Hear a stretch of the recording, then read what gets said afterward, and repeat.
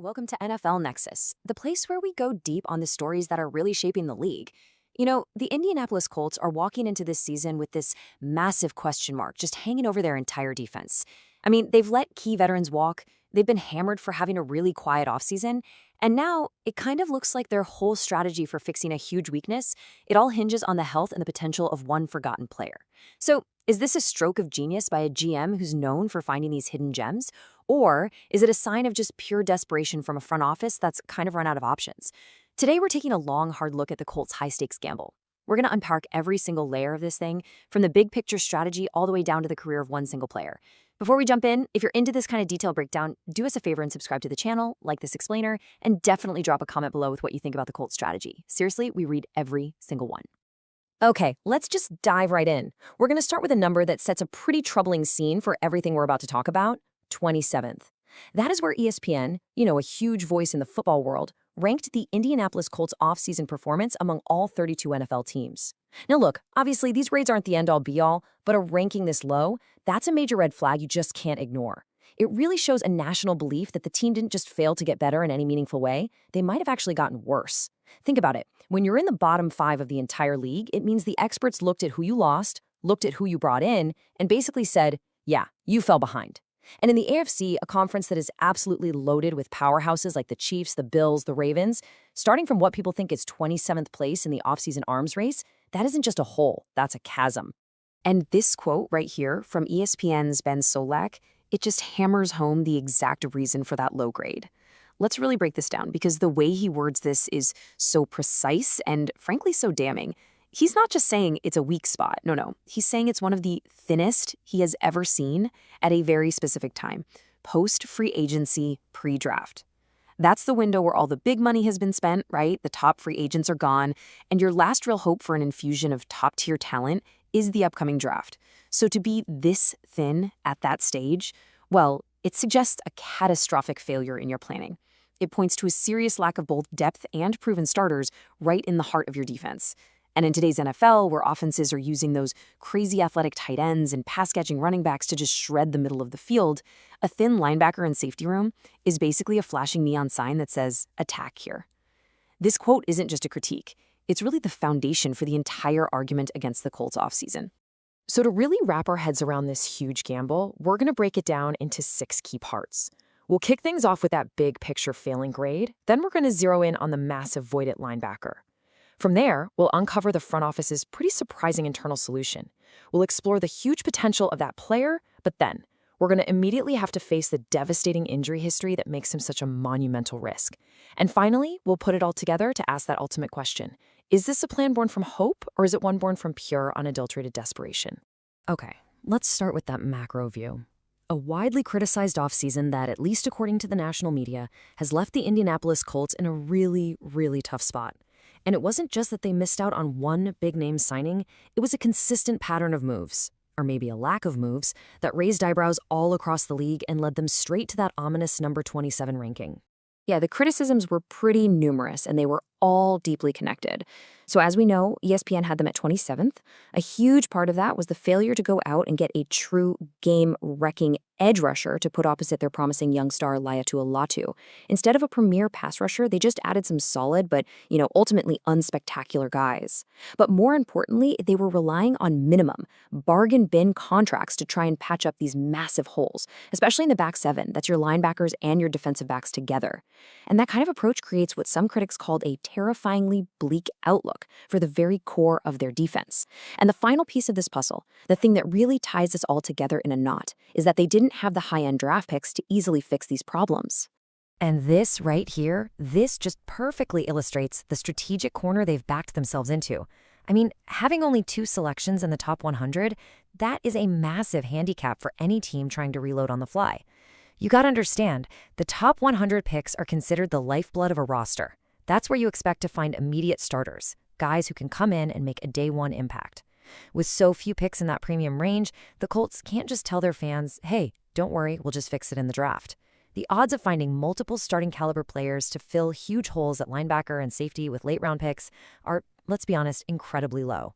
So let's connect the dots here. They didn't or couldn't sign top-tier free agents, and they don't have the premium draft capital to get elite rookies. This is the strategic vice that has squeezed them into making the high-risk gamble we're talking about today. All right, so now let's zoom in from those general offseason worries to what is, without a doubt, the single biggest hole on the entire roster. The linebacker position, a spot that has historically been a source of pride and strength for this franchise, has just been completely hollowed out. What's so interesting about this slide is the stark, almost jarring contrast you see. On the left side, you've got the guys who are gone. Zaire Franklin, a team captain, the emotional leader, an absolute tackle machine, traded away.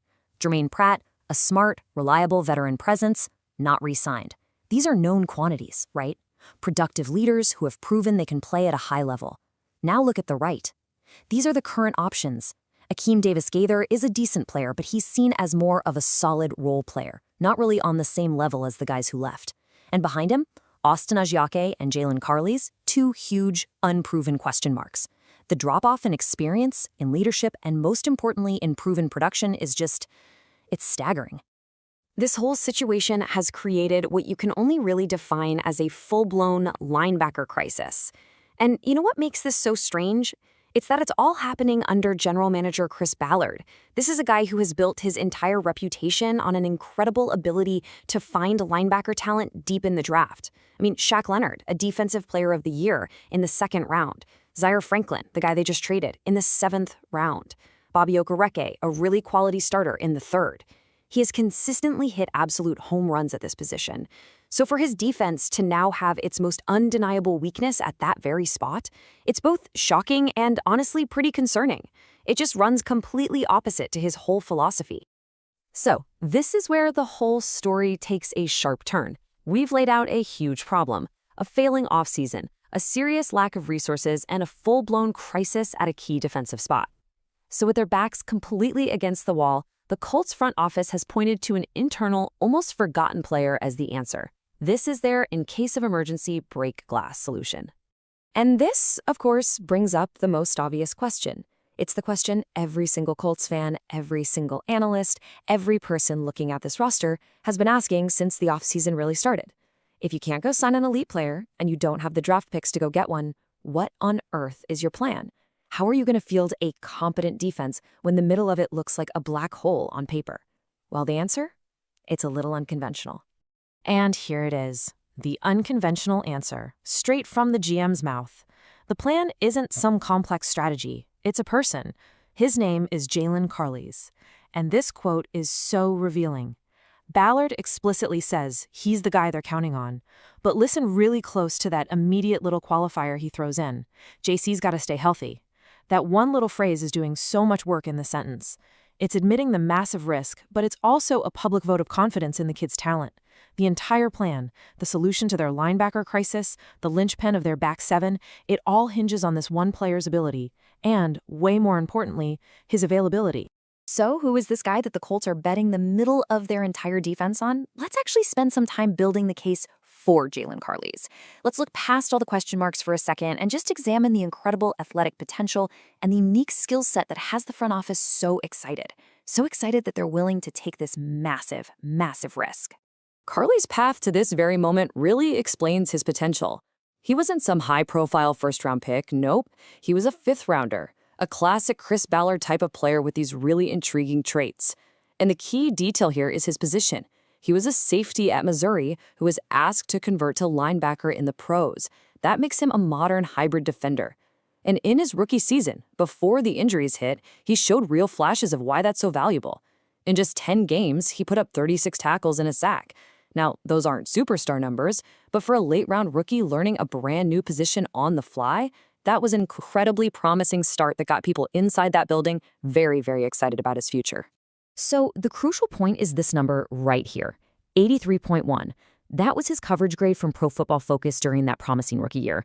Now, just for some context, anything over 80 is considered really high quality. And for a linebacker, especially a rookie linebacker, an 83.1 in coverage is bordering on elite. It means that when he was asked to drop back and cover athletic tight ends or speedy running backs, he wasn't just holding his own, he was excellent. It's a skill that a lot of those traditional downhill run-stuffing linebackers just don't have, And in a league where offenses are constantly trying to create mismatches, that coverage ability is an absolute premium. His background as a college safety is where all these unique traits come from. He brings the agility and the fluid speed of a defensive back to the linebacker spot. His coverage abilities, as we just saw with that PFF grade, are his clear calling card. And with that comes ball hawk potential, that instinct, that ability to not just knock passes down, but to create game-changing turnovers.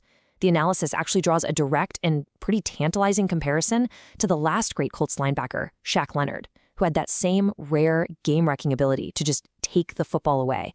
The hope isn't just that Carlies can be a solid starter. The hope is that he can become a true defensive weapon, a chess piece that they just don't have anywhere else. But, and this is a massive but, for all of that promise, for all of the hope that is pinned to that unique skill set, there is a massive, glaring, impossible-to-ignore red flag. It is the very reason a player with this much potential is being called a forgotten man in the first place. It's the unspoken reality behind that gotta stay healthy part of Chris Ballard's quote, and it is the absolute heart of this entire gamble. This injury timeline, it's just brutal, and it tells the whole story. His promising rookie season in 2024 was cut short by a significant fibula injury that landed him on an injured reserve. Okay, bad luck, it happens. Then, during the super important 2025 offseason, he suffers a shoulder injury that's bad enough to require surgery, which robs him of critical training camp reps and development time. And then, just as he's trying to get back, he injures his ankle, which basically wiped out his entire second year in the league. This isn't one bad break. It's a devastating compounding pattern of serious injuries that have completely derailed his first 2 years and stunted his growth as a player. This bar chart right here visualizes the impact of that injury timeline perfectly. The drop-off is just stark. He went from playing in 10 games as a rookie, carving out a real role for himself on that defense, to only getting on the field for a measly 3 games in his entire second season. That is a player whose career path is moving in the absolute wrong direction. You can't develop, you can't get better, and you certainly can't be the answer to a team's defensive problems if you can't even stay on the field. And if that chart was the visualization, this stat is the gut punch. This is what a completely lost season looks like on the stat sheet. In 2025, after all that promise and all those flashes of elite talent, Jaylon Carlies finished the entire year with a grand total of 1 assisted tackle. He went from being a promising, dynamic player, making plays all over the place, to being a complete non-factor, barely even showing up on the stat sheet. This is the harsh reality that sits on the other side of the scale from all that potential. This is the history the Colts are betting their defense against. So let's pull all the way back now and put all the pieces together. We've seen the bleak offseason grade, the gaping hole on the roster, we've seen the front office's faith in this one player's unique talent, and we've seen the devastating injury history that makes that faith so unbelievably risky. It all really comes down to this: potential versus reality, hope versus history. And before we get to our final thoughts, just a quick reminder that you can really help support the channel by purchasing our coloring books. They're perfect for kids, grandkids, even adults who are just looking to unwind. You can find them through the link in the description or by scanning the QR code on your screen right now. Your support really does help us keep making more deep dive explainers just like this one. When you lay it all out like this, the tension at the heart of the Colts' decision becomes crystal clear. On the pros side, you've got that elite, high-end coverage potential. And it's backed by the explicit public faith from the general manager. He's got that rare hybrid skill set that could make him a real defensive chess piece. And because he's a former 5th-round pick, he's a low-cost player with a super high ceiling. But that cons list, it's just as powerful, maybe more so. A severe multi-year injury history is right at the top. He is completely unproven as a full-time every down starter. He is now facing immense pressure to be the guy who saves the defense. And maybe most importantly, there is little to no proven depth behind him if he fails or, more likely, gets hurt again. The upside is a potential game changer, but the downside is a complete defensive collapse. And this brings us right to our final crucial question. This is what every Colts fan, and now all of you, will be asking all season long. Is Chris Ballard seeing something no one else does? Is he identifying a diamond in the rough and cleverly solving a major problem without spending big money? Is this a calculated stroke of genius? Or is this simply a desperate move? A last-ditch effort that was born from a failed offseason that just left the team with no other good options on the table? The answer to that question will likely decide the fate of the Colts' entire defense this year, and we're all going to have to watch the season play out to find the answer. Thanks for watching this explainer here on NFL Nexus.